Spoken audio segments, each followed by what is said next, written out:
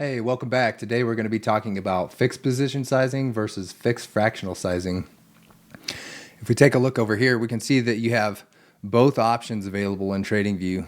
You can choose a fixed position size using contracts, using USD, or you can use a fixed fractional size using a percent of your equity.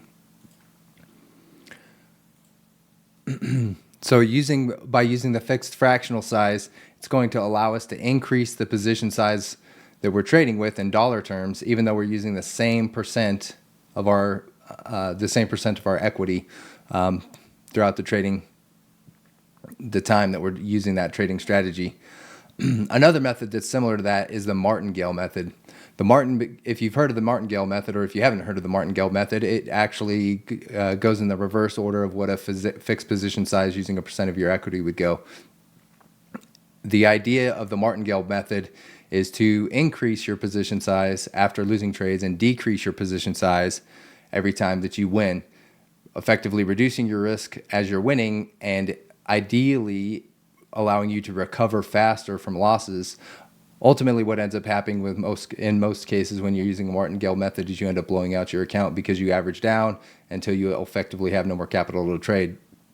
So the reason I bring this up is because the reverse of that, or the anti-Martingale method, is very similar to fixed fractional sizing.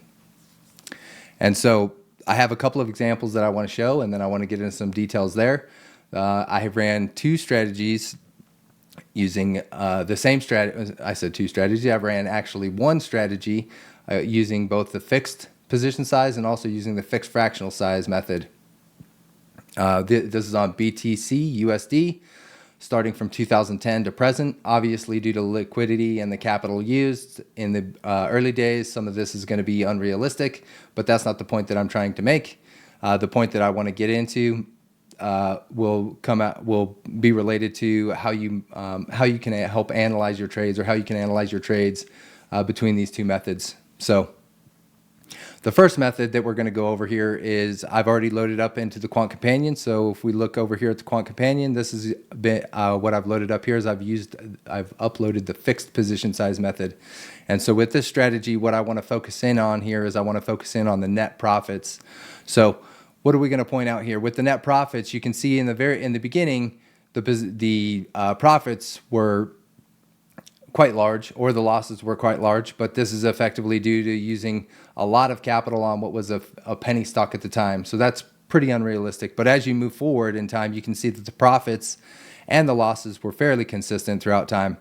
So the other thing that I want to point out with this is something that's going to be effective or work well with the Monte Carlo simulator. If you remember, if you watched the last video, you'll recall that I said that Monte Carlo simulator and the Quant Companion uses sample with replacement. And so what that means is it's going to select any one of these values at any point in time. It can reselect the same value, and it's just going to keep selecting profit values to generate the Monte Carlo simulation. Because the profits are fairly static over time, and you're using the same amount of capital over time, this is going to work for the Monte Carlo simulator. Let's go ahead and move over to the fixed fractional position sizing method. So when we load up this, again, I want to go back down to the net profit chart and take a look at this. So what we can see here is the net profits over time increase. And why is that happening? It's happening because, for one, this is a winning strategy. And as the strategy continues to win, your equity is going to increase, your percents are going to increase. So in dollar terms, your profits and losses are also going to increase. And so you can see that in the net profits. Now, the thing that I want to point out here is when you're using the Monte Carlo simulation, this is not something that you can really effectively use in this type of strategy. Because we're using sample with replacement, you can select any one of these profit values at any point in time. However, this strategy, or the equity curve of this strategy, is dependent on time, because obviously you're not going to be trading with the same size position over time. As your equity increases, you're going to be trading with, even though it's the same percent amount, you're going to be trading with a larger number of dollars or smaller number of dollars. And if you were to effectively pick one of these values in the very beginning of the method for the Monte Carlo simulation, that's obviously not going to be realistic. So I want to point that out. Just make sure everyone's aware of that. Does that mean that you can't use fixed position sizing? Of course not. Or fixed fractional sizing? Of course it doesn't. In fact, I use it for a number of the strategies that I trade. However, when doing the analysis for a strategy, I will generally use fixed position sizing to find a strategy that I like and do the deeper analysis to see if it's something that I think is going to work over time. And once I find something that I like using a fixed position sizing method, then I'll switch to, in real time, I'll switch to a fixed fractional position sizing method and just watch it closely over time. Another thing that you might want to consider is setting some targets in which you might want to clear your account. As a result, over time, your equity is going to increase, and so your position sizing would increase.